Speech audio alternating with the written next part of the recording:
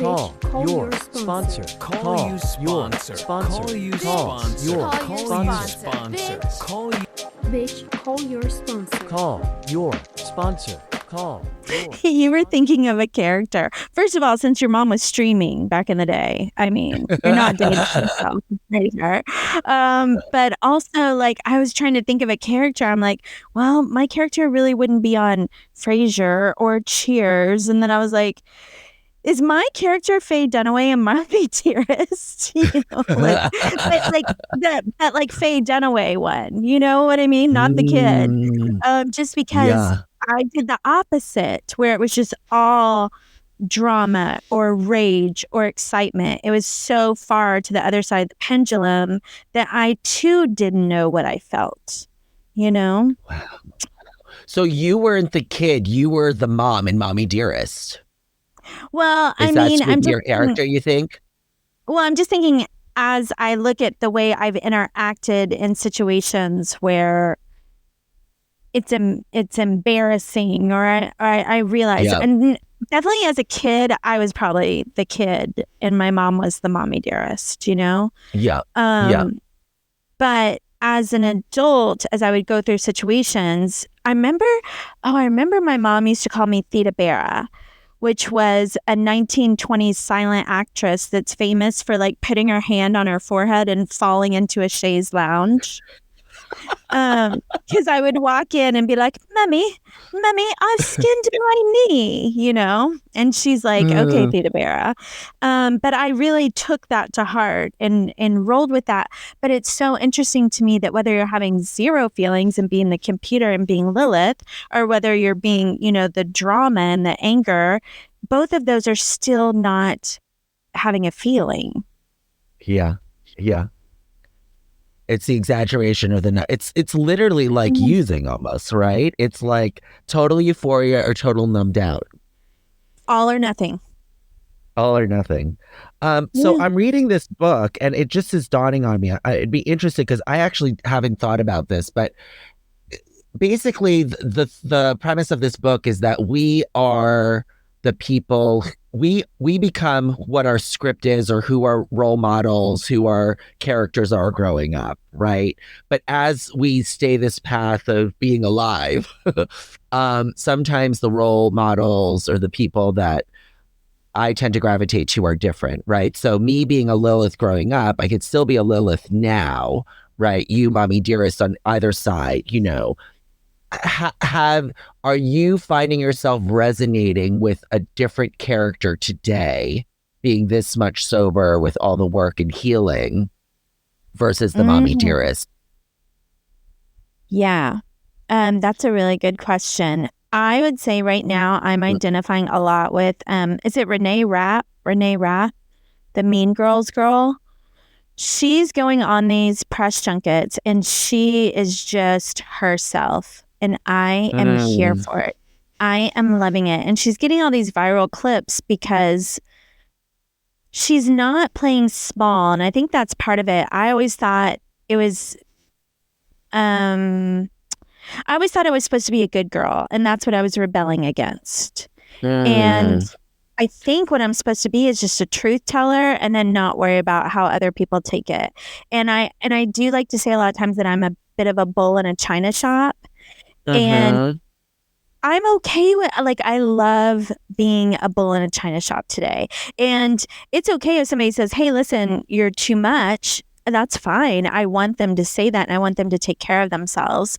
But I'm looking a little more into, it's okay to be a bull in a china shop. I don't have to be a fairy in a china shop. I don't have to be a dainty figure, you know? I don't have to be careful. That's not who I innermost core am. So yeah, she's my new person, and it doesn't look like being the opposite of Mommy Dearest, which would be quiet. It looks like just more of a toned, the volume is toned down, where I'm telling the truth and I'm in touch with my feelings, but I'm still not in society's lines, basically. How about you? I love this question. I have no idea. I literally have been racking my brain because as I'm reading this book, it's called The Search. I've been thinking, because they go back, they go now, and then they go future, and they go through all these different like who, what, why, when, how, and the role model thing or the person is, in the past, it's like, yeah, definitely the Lilith vibes. I wish it was Wonder Woman, because I just thought she looked fabulous. But then like nowadays, I don't know who specifically that person is, but I am totally vibing with what you're saying as this person. It's like she's just owning who she is. It sounds like I've not seen these clips. I have seen the new Mean Girls though. Like it sounds like that she exudes confidence and she is comfortable in her being is what I'm hearing you say. And that's a scary place for me where it's, I think that's ultimately humility is what, it's like owning all of me and, just being okay with all of it versus the way I've lived is like, what will they think or how will I look? Right. Or, and yeah, it's still there. It's a lot, not, on volume 10 as much, especially when I'm spiritually aligned, but it's, find me in a hallway, find me in a hall, like in the Tumblr, whatever it is, I am, on guard, but it is an interesting thing. And I'm exploring this question today. It's just like, who is this person, like, that can just be period, right. And I think that's all we can. Go ahead. I think that's all we can. Oh, goodness. You go. I'm shutting up. You have to finish your thought. No, it's just I find myself as the perfectionist thinking like, oh, it needs to be Oprah or somebody, but it's not. It does not need to. You know what I mean? That's my perfectionist. You're right. Okay, I forgot mine. It's gone. The trade left the station. Oh, okay. It was about Renee Rapp, and it is Renee Rapp, and it was that when you were just talking about how scary that is, it is the thing that she was just on Watch What Happens Live with Andy Cohen, and she said something about like not vibing with boomers, right? Or not really liking older people. And both the guest and Andy were just like, old, right? They're like, wait, you don't like older people? And she was like, no. And they're literally looking at her like, are you sure you don't want to rethink that? Because we're old, They didn't say that, but and she didn't change course. And, it's like, I'm not saying this is the greatest way to go through the world, but something about being able to be true to yourself in the face of people not agreeing with you. And there's another podcast I listen to, and it's about the Real Housewives. I know, shocker.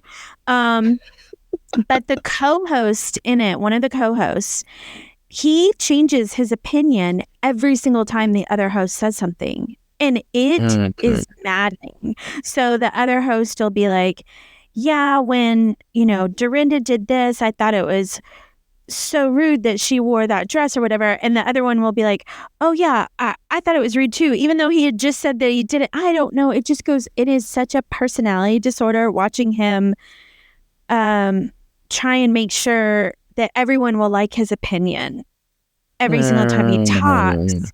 And it just, I don't know. I don't have words after this.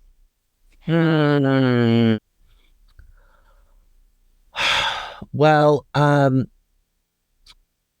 I have a final five question. I understand what you're saying. I am not the Real Housewives person, but I get exactly what you're saying is the wishy-washy person. It's just like, just put a stake in the ground and just like stick to it versus this wishy-washy, which, reminds me of a prior episode we talked about. You brought up the topic of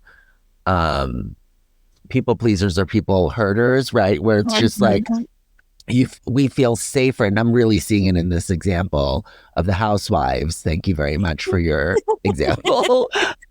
Where it's like, yeah, I just want a person to say yes or no, or like stand and be a person almost, versus like, what, I don't know, what do you like, Yeah. I was thinking which I about used- this the other day. If you'll give me like one more minute on this, because I thought of this analogy. I think it was just yesterday driving home from a meeting, that if I were, let's say you're a brand new friend, right? And I go over to your house and you tell me as soon as I get to the door, take your shoes off. We don't have shoes in here. And I take my shoes off, and then we walk into the kitchen and you offer me a coffee and I say, can I have a spoon? And you say, yeah, the drawer's over there. Go get it yourself. As opposed to, I come over to your house and you're a new friend. I walk in the door and you want me to take my shoes off, but you don't say anything because I'm a new friend. And then we go have a coffee and I say, can I have a spoon? And you want to say, yeah, they're in the drawer over there, but you don't say that. I feel much safer today with that first person. Yeah. I would rather you be perceived as rude and say, take your shoes off. We don't allow them in here. And yeah, the spoons are over there. I would rather you be that person around me, because now I can trust that you're going to take care of yourself and you're not building resentments that I have no clue about. Yeah. It's really beautiful. Like I in these examples today, like I really am in touch with like the thing of safety. I feel safe when there's the boundaries. Like I know where the boundaries are. I may not agree. Yeah. But it's like there's a knowing, and it's super clear. It's not this wishy-washy, which I think like part of what I grew up into was that it was a bit unknown. It was like Dr. Jekyll, Mr. Hyde. I wasn't knowing if I was going to get a mother that was ecstatic or a mother that was depressed. Yes, and that's where the feelings things comes in, because if there's confusion that from your, like our parents are our God when we're that age. And so there's all this confusion about like walking on eggshells and you don't know which mom you're going to get, then how are you supposed to be in touch with what you're feeling? There's so much confusion swirling around. So much confusion. And it's like, and I heard recently, I think, did we talk about it? I don't even know, but I think it's maybe a Dr. Beck. I don't know. But what they said was, what I heard was, the job of the parent is to help a child identify feelings and feel the feelings, and then just be able to regulate their feelings themselves. Yes. Yeah. And that's not how I grew up, and so here we are. Wheel of Feels. Wheel of Feels. I have a last five question for you. What would you say are your 1 to 3 top feelings that you absolutely detest feeling? Oh my God, this is so good. I would say victim. I really don't. And is that a feeling? Hang on. Is that even on the feelings wheel? I bet not. I guess that would be self-pity. Yeah, that's one I really don't like. And then I also think of whatever we resist persists. So if you don't like it, it's going to show up more. And then I don't like feeling another one. The more I'm saying the ones I don't like, these are the most prevalent ones. Judgmental. I don't like feeling judgmental of others. And what is the other one? Sad. I don't want to feel sad. Nope. No, thank you. Yeah. How about you? Yeah, sad is definitely my top. Sad and frustrated, I would have to say, are my top ones. I find myself in all sorts of weird, contorted things, doing crazy whatever, versus actually sitting and feeling those. I've made it a fine art form in avoiding sad. I think it's sad, frustrated, definitely. So frustrated, it comes out really sideways. And I think a new one that I'm actually identifying is helpless. Um, It's interesting looking at these feelings wheels because depending upon what wheel you're looking at, like I noticed this one has tired and sleepy on there, and some other feelings charts I've seen, they don't acknowledge tired and sleepy. So it's kind of just like, it's actually you just sort it out, But I get it. It's like for me, they're like, it's interesting because they're never feelings that are fun and or comforting and or elation. They're feelings of like, that are not fun, and so it's like I go back to like what you used to say is, job is to feel comfortable with discomfort, which is I'm still trying to enter those things in my vocabulary. yeah, I feel like that is the eternal work. I don't know that we ever get there. Well, I'm excited for this tool. The dude doesn't charge, and there is opportunities to buy him coffee. It's so cute on his little thing. What? Yeah, like he's like, I don't charge. I think these tools should be free. If you find value, if you want to do something, you can buy me a cup of coffee. And there's literally a button like buy him a cup of coffee. It's really cute. Oh my gosh, Sam, that is such good marketing. We should adopt that. Yeah. Get us a cup of coffee? Totally. Yeah, by adopt, I mean steal. Yes, without a doubt. All right, bitches, you guys go call your sponsor and we'll see you on the next one. Thanks, Sam. Thanks, Misty. Sponsor. Call Bitch, call your sponsor. Call your sponsor. Call your. Send us an email with comments, questions, or concerns, bcysponsor@gmail.com. Don't forget to rate 5 stars.